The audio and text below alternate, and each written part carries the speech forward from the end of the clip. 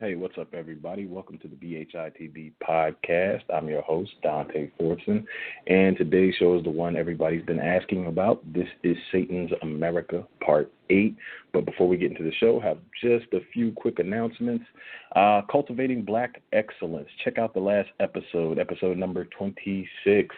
Got a lot of stuff coming your way for the new year, and toward the end of this year, we actually have a meeting set up on the 30th that could change a lot of stuff, different opportunities for Black people in entertainment that are not like superstars or anything. I'm talking about local level talent. It'll be a game changer if we do proceed the way we are trying to proceed. So that will be on the 30th of this month, and I will keep you guys updated on that.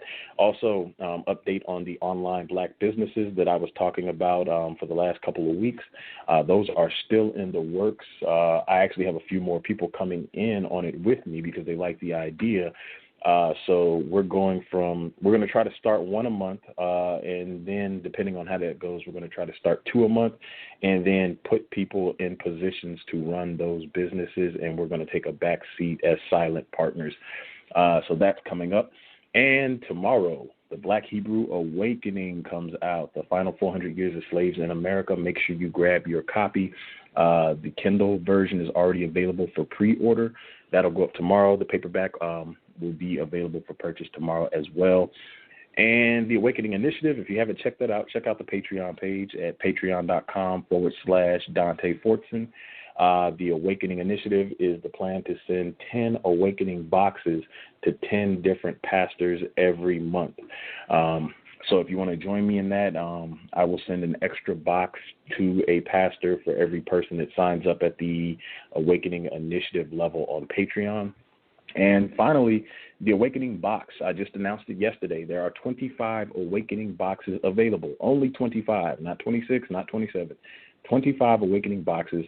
They are $59.99. And what you get in that box is everything you need to study right out of the box. So if you want to buy these for Christmas presents, they ship out December 10th. That's when I start shipping them out. So you'll get them before Christmas. So in the box, here's what you get. You get the Black Hebrew Awakening, the last 400 years of slaves in America. You get that book. You get the 48 Laws of Black Empowerment, because people ask, what's next after you awaken? So the 48 Laws of Black Empowerment is written to tell you exactly what's next after you've reached your awakening. And it also can work the other way. If they want to read the 48 Laws of Black Empowerment first, that works, and then they can read the Black Hebrew Awakening. They also get one of the Bible study books that I put out, the one with the 1747 Emmanuel Bowen map of Judah on the western coast of Africa, marked as the slave coast. They get that so they can take notes right out of the box. They don't have to go find any notepads, paper, whatever, because a lot of people like myself like to take physical notes.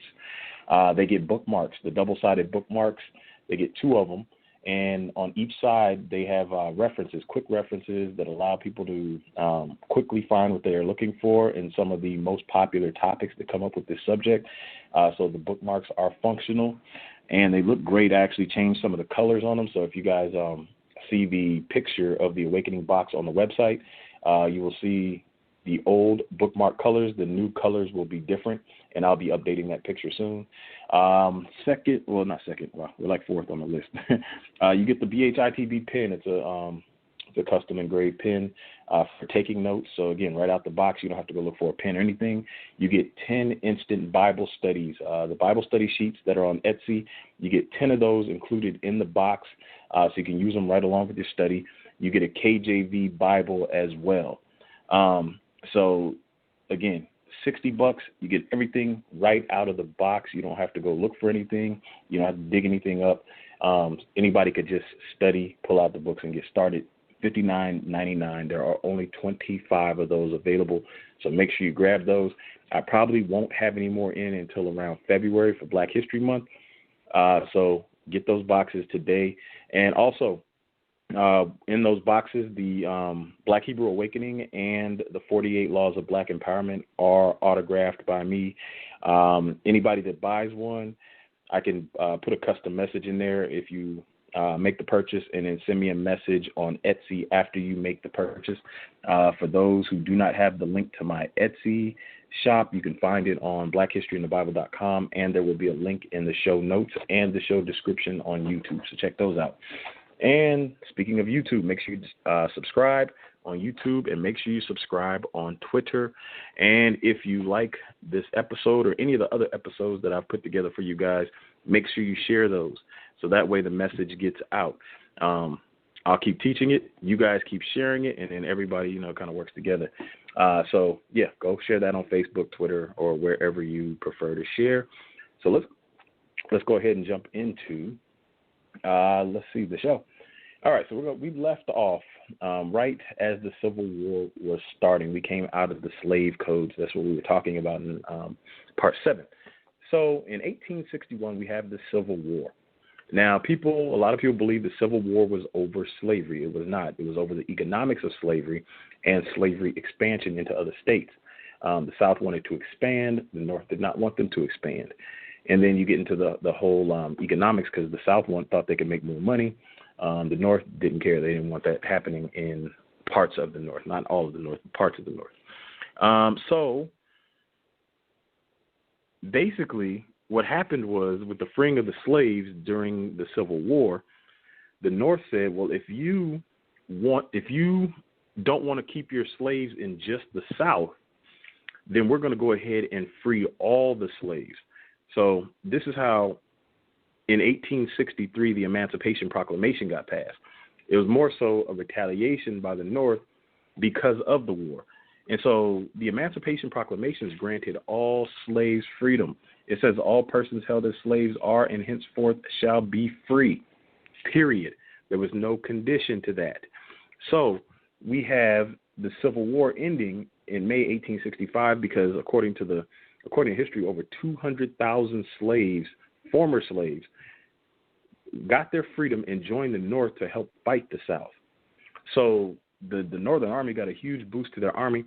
And then, so this was 1863, the Emancipation Proclamation. So the Civil War ends 2 years later in 1865.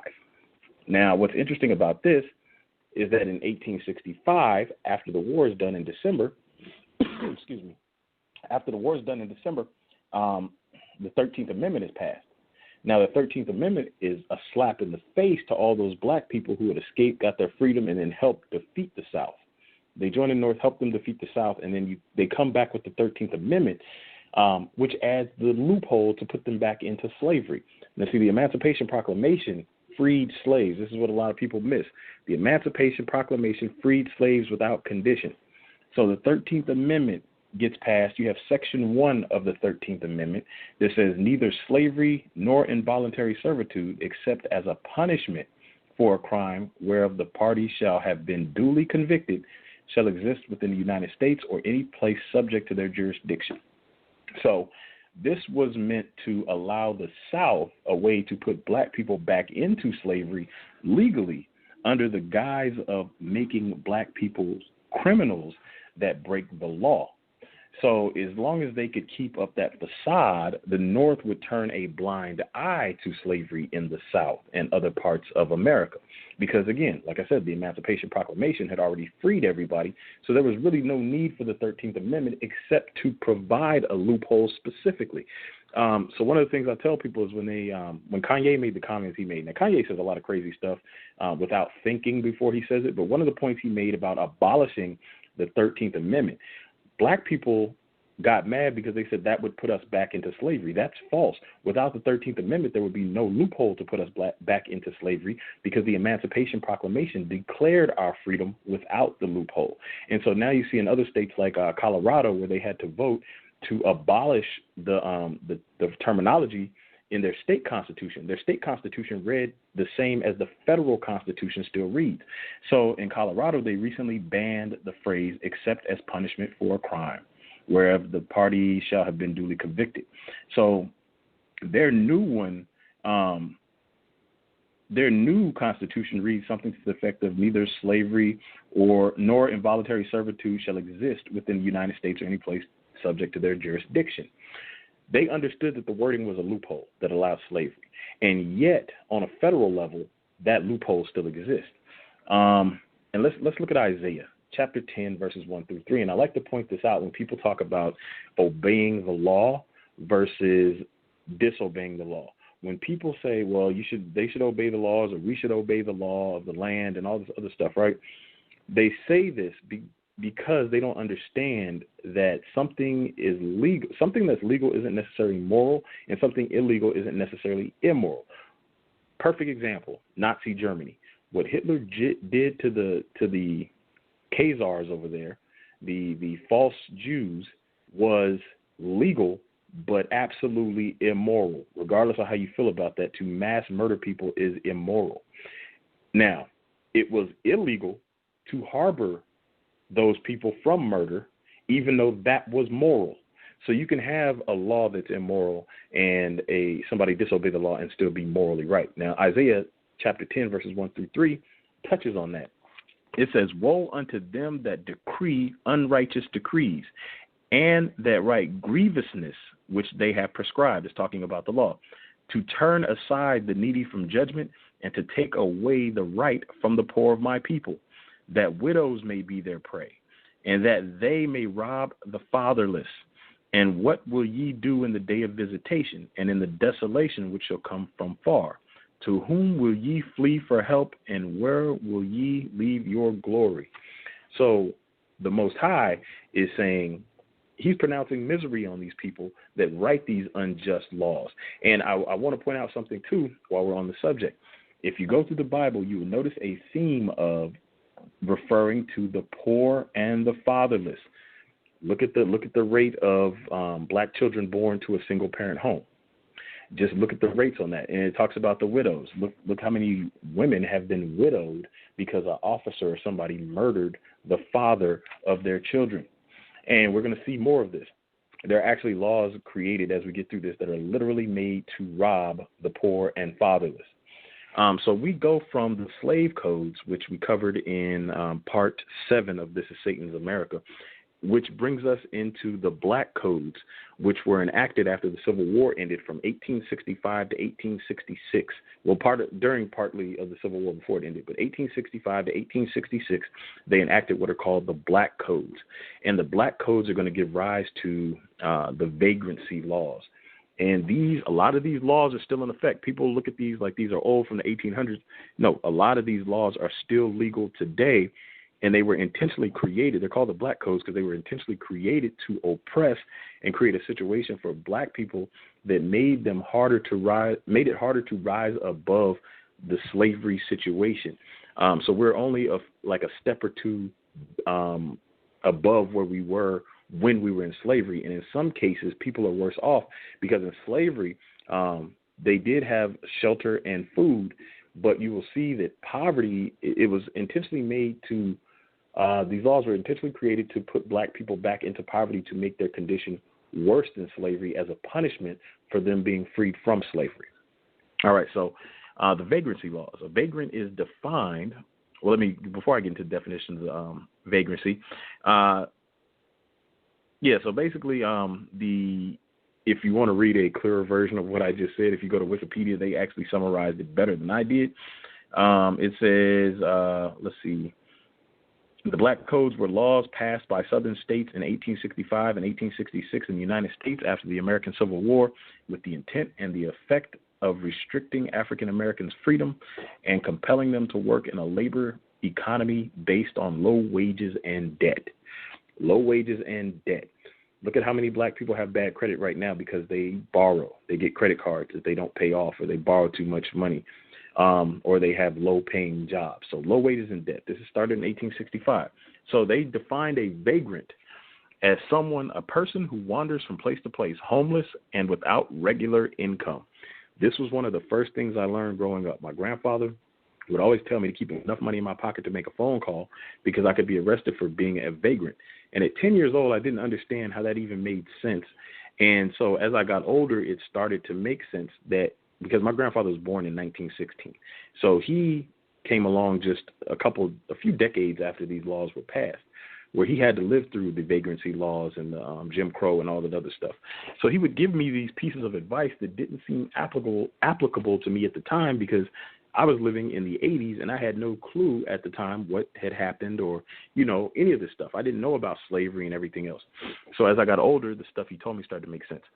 So in 1866, Virginia passed the vagrancy laws to take advantage of the loophole created by the 13th Amendment. So former slaves were not given land, so many were homeless after they were released, which automatically classified most people as vagrants if they didn't have somewhere to go.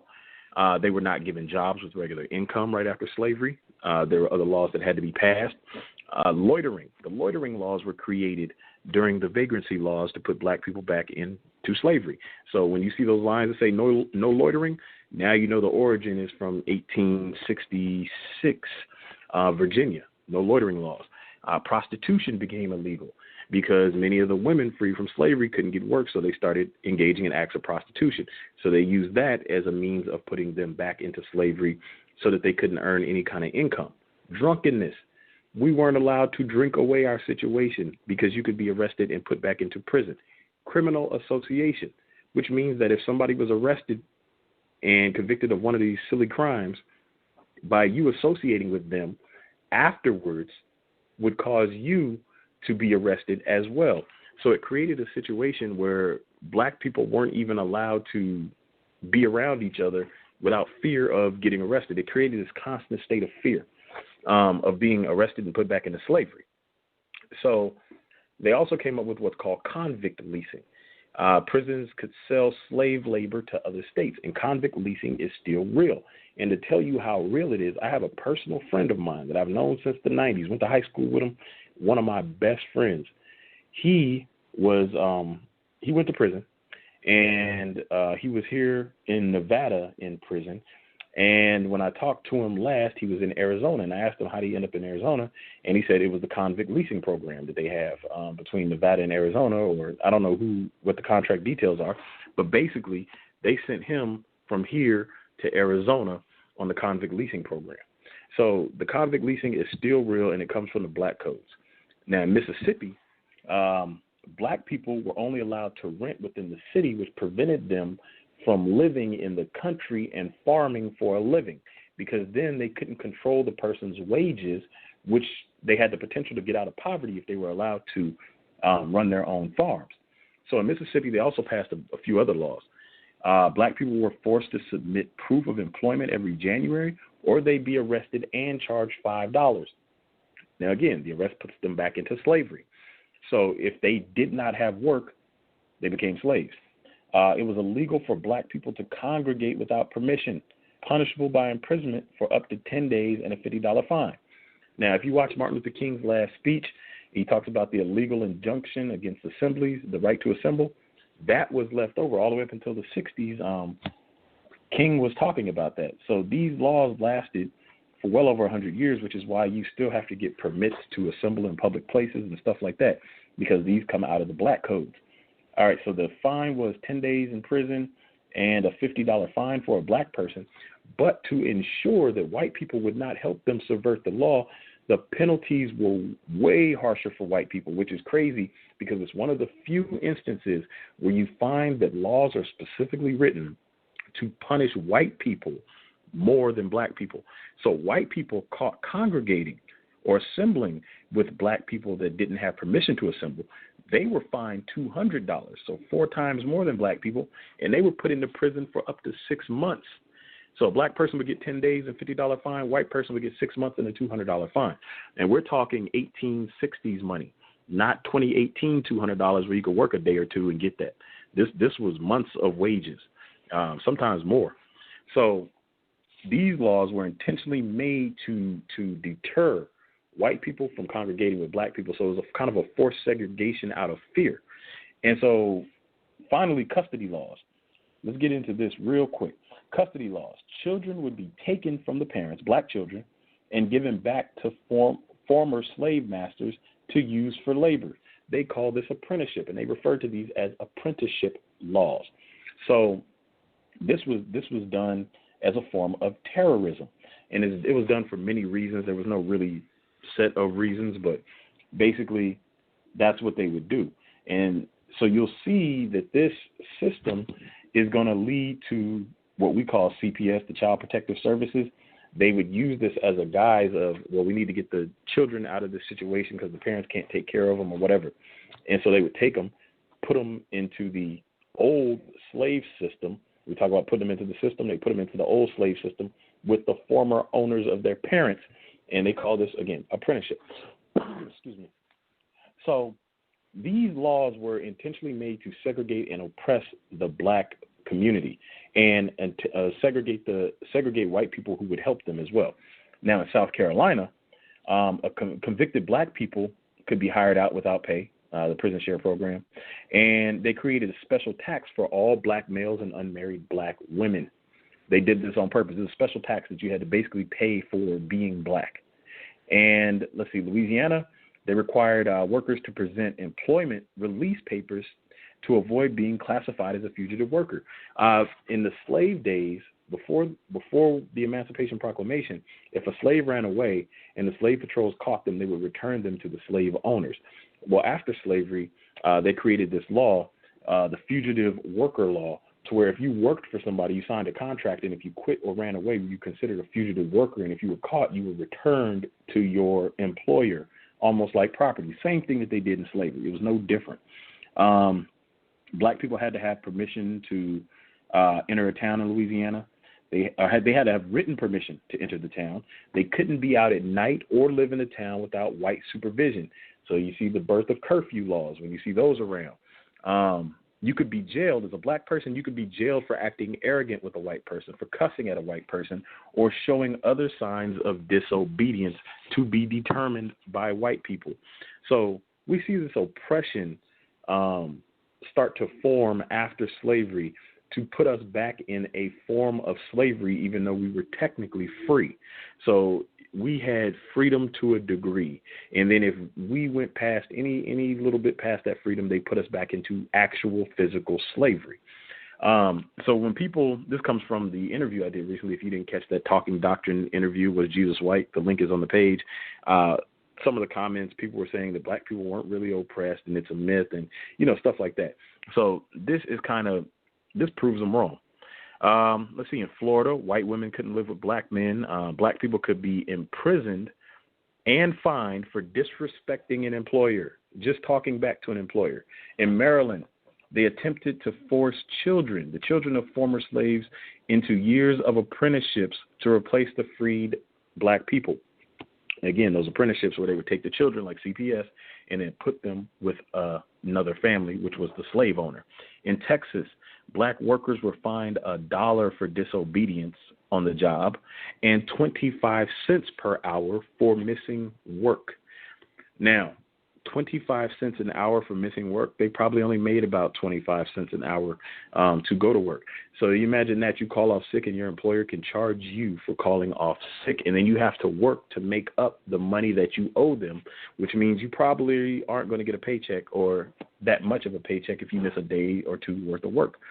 If a black person quit their job without permission, they lost all their income for, it doesn't say how long. It just says they lost all their income. I was trying to dig up how long they would lose their income, but I couldn't find anything specific. In Tennessee, they created now, Tennessee is an interesting exception to the way they did it. Tennessee wanted to appease the Union, but they also wanted to appease the South because they had slaves. So Tennessee actually created laws that made black people fully free and equal. They were one of the first states to do it from the South, fully free and equal. But then they allowed law enforcement to disproportionately target black people for arrest. They prevented black people from serving on juries to get a fair trial, which led to black people being put back into prison and then into the slave system again. And they did this on purpose. So in the law on paper, they weren't racist, but in action, they were racist. And people always say actions speak louder than words. And then not only that, it wasn't until 1875 that Tennessee actually adopted vagrancy laws. So everybody else that had just, went ahead and did it 10 years before, which is openly racist. Tennessee pretended like they weren't racist, and then 10 years later they were like, hey, let's put these racist laws into place. In Kentucky, black people were arrested for random crimes such as theft and pretty much anything else. They were placed on trial, and the juries consisted of former slave owners. So the slave owners would, of course, convict so that they could get their slaves back. And one of the craziest laws was in Kentucky that a black person could be arrested for keeping a disorderly house. So this was all determined under by the white people in charge. So we see this pattern. They pass a law, and then they use that law, or so like the amendment, the 13th Amendment, they pass that, and then they use the loophole in it to make more oppressive laws that are legal on the state level. They also in Kentucky passed laws that prevented black people from hunting on Sundays. Now, back then, you had to hunt for your food. And also back then, black people only got Sunday off because it was considered the Lord's Day. So everybody had Sunday off to honor the Lord's Day, which is kind of interesting to me that these rapists and slave owners and murderers, they do all this stuff during the week. And then on Sunday, they're like, we'll take a day off. So basically, black people worked all week. And then on their one day off, they couldn't even go hunt to get food without being put in prison. And then all contracts, any contract they wanted to sign required the presence of a white witness. So it was nothing you could do. And also, I do want to throw this in. During this time, in some states, it was not even legal for black people to get married, which is why they made that law that in South Carolina that there was a special tax for all black males and unmarried black women. So basically taxed for being black because black men and black women did not have permission to get married even though they were free. And then they had to pay for being black and free. So, and if they didn't pay those taxes, they could be put back into prison and slavery, and their children could be taken away and put into prison or slavery. So there you see these laws, how they all tie together to hold us down. And this, to me, has the enemy's fingerprints all over it. If we go back to Genesis, when the Pharaoh, he was afraid that Israel would get free and side with the enemy, so they made those laws to put them under bondage, and he made the laws more and more oppressive to the point that the Most High stepped in and decimated Egypt. So we're coming down to about the last 2 minutes or so. I do want to remind everybody to share this. I am going to do a part 9 and a part 10 on this for sure. Next time, we're going to be getting into Jim Crow, coming out of Jim Crow and segregation and some of the laws that lead into the civil rights movement and the continued struggle for black people to gain equality. And a lot of you that are not familiar with politics and U.S. history, but black history specifically, are going to start to understand why when you see me post on Facebook about not voting, exactly why voting has not mattered. Because you see, it doesn't matter what laws they place, they always find a way to subvert them. And as I pointed out, they still have a lot of these black codes in effect, which still limits the amount of freedom we have. And as we get into segregation, Jim Crow, the civil rights movement, we're going to see a lot more laws passed. And even coming into 2018, in the 90s, we're going to touch on the crime bill, of course. We're going to touch on welfare reform. We're going to touch on all the Democrat policy, all the Republican policy. Again, make sure you grab the Black Hebrew Awakening, the final 400 years as slaves in America. Make sure you grab your Awakening box because, again, 25 of them. There will not be any more Awakening boxes till February. $60 gets you everything you need fresh out of the box. Buy it for Christmas, birthday presents, whatever. They ship out December 10th. So make sure you grab that. And with that said, until next time, I'm out.